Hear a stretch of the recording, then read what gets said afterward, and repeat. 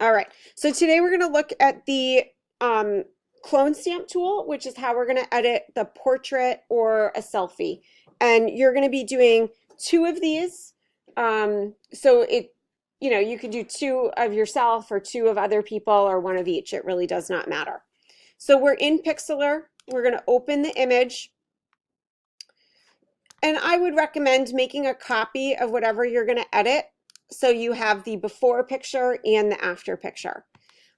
If your picture needs to be cropped, go ahead and crop it. You guys know how to crop a picture.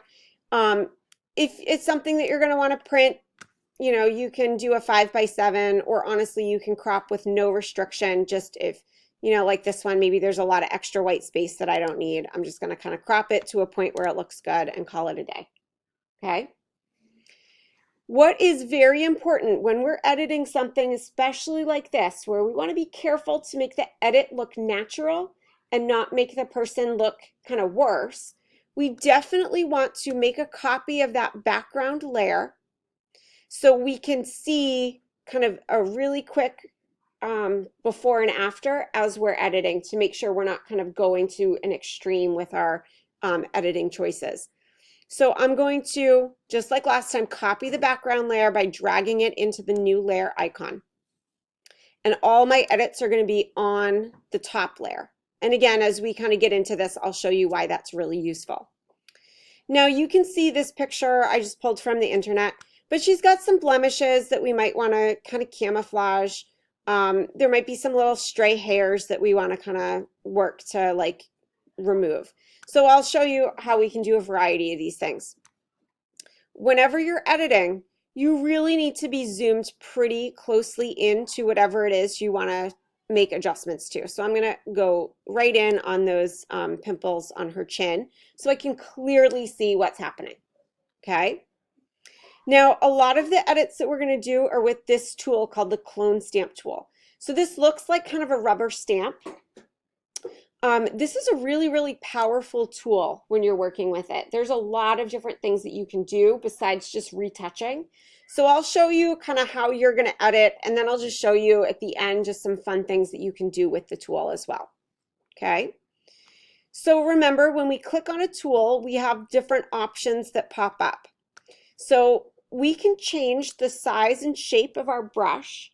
Now, we can do this with a hard edge brush or with a feathered edge brush. Whenever you're editing, you don't want your edits to be really noticeable. So especially for something like this, we'd want to use that fuzzy edge brush. And I'll kind of show you, once I explain how the tool works, why we would not want to use a hard edge brush. Okay. You can change the size of the brush by clicking on these presets, or you can just go down to this slider. And you'll notice as you put your cursor over the image, it will show you how big that's going to be. Now, I want to edit something that's the size of a pimple, so I don't need something that's the size of a beach ball, okay? So I want to kind of go down to a more manageable size where I'm going to have good control over what it is I'm doing, okay? So I could go even a little smaller, like maybe 50's good. And then this hardness controls how feathery the edge is. If you want it to be really crisp and clear, it would be a hardness of 0. If you want it to go higher up, it would be blurrier. But again, 50 is probably a good starting point, somewhere around there. Okay. So this tool works by kind of two actions. The first step is to tell Pixlr where you want to pull the pixels from. So we're going to sample where her skin looks clear. We're going to kind of suck up all those pixels, and then we're going to paint them over where we want to cover things up. All right. So we're kind of pulling pixels from an unblemished area and painting them over where it's kind of looks less than desirable. Okay. So, and Pixlr will kind of tell you, like if you go to start painting with it, it says, uh-oh, you can't use the clone stamp because the area to clone has not been defined. So it kind of is like a dummy warning, like, hey guys, you got to tell me where you want to pull the pixels from before I can go to paint with them.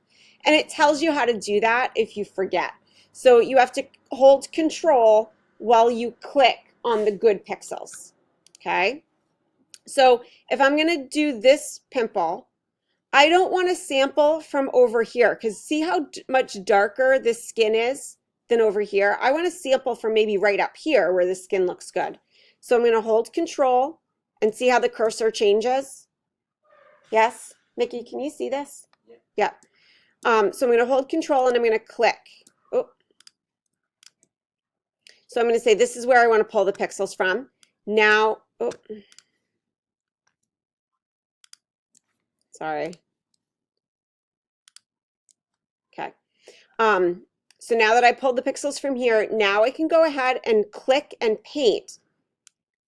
See how I just covered that up? See how it looks pretty natural? Yeah. So now I can go down and paint here. But again, I still define this as my sample point. So I might want to change that because the skin over here is a little different. So I might want to hold control again, maybe sample from an area that's a little closer. Okay. And I can resample and kind of repaint and kind of keep going to town. Okay. Now see how that last one I did is really bright and it kind of is in a very dark area. So there are a couple of things I might want to do. I'm going to just use my history palette to kind of undo and step back through time. Okay. So to make it blend a little bit better, we can also change the opacity. So that's on our tool options bar here. So instead of covering it up 100% totally thick and opaque, I might want to make it blend a little bit more evenly with what's underneath it. So those pixels are going to almost kind of think of it as being like kind of airbrushed on, where it's nice and gradual and light, and I can build it up gradually instead of totally obliterating the pixels underneath. So again, control click to sample, and then now see I can still see some of that redness, so I might want to kind of go over it again and again, but I have a little bit more control this way. Okay. Now, remember the genius of us making that copy of that layer?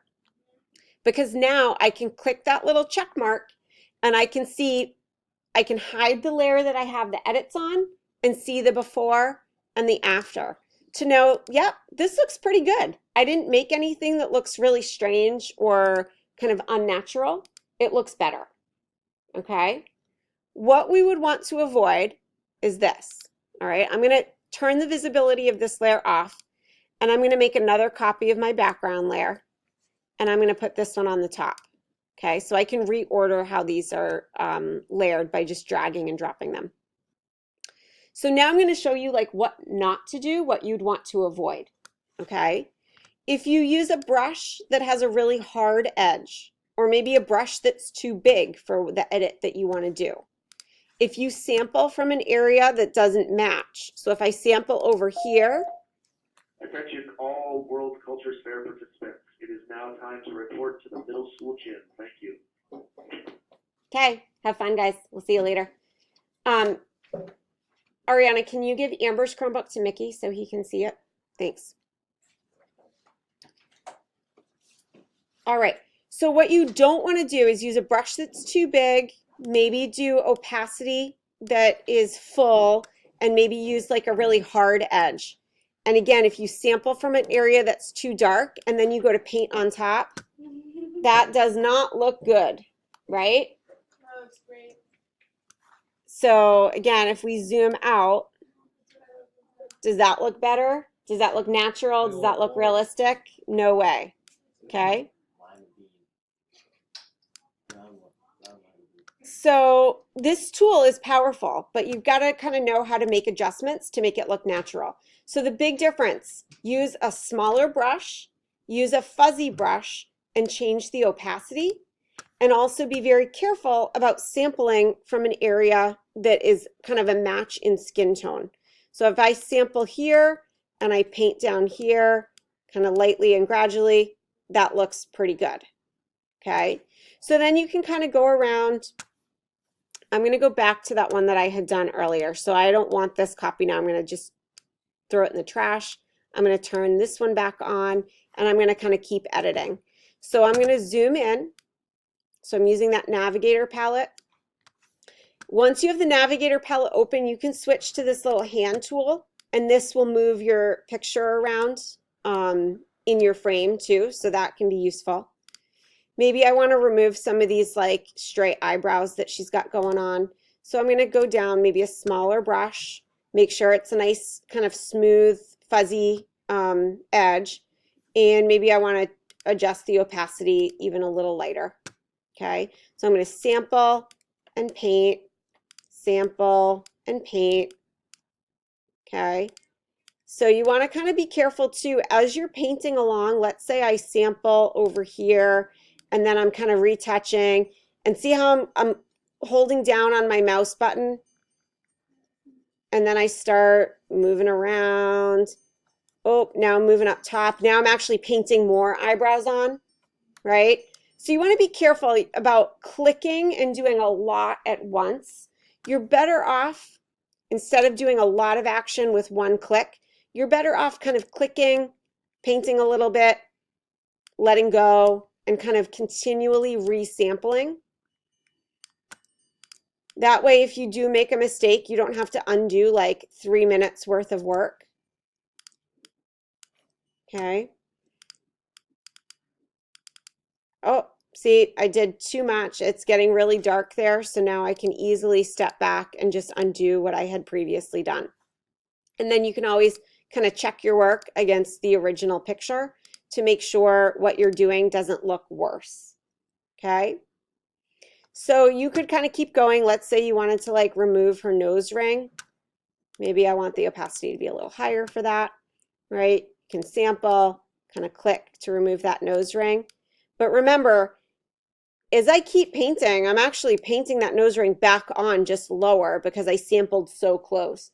So you want to be very careful about not picking up pixels that you don't want and then painting them on top of something that you do want, okay?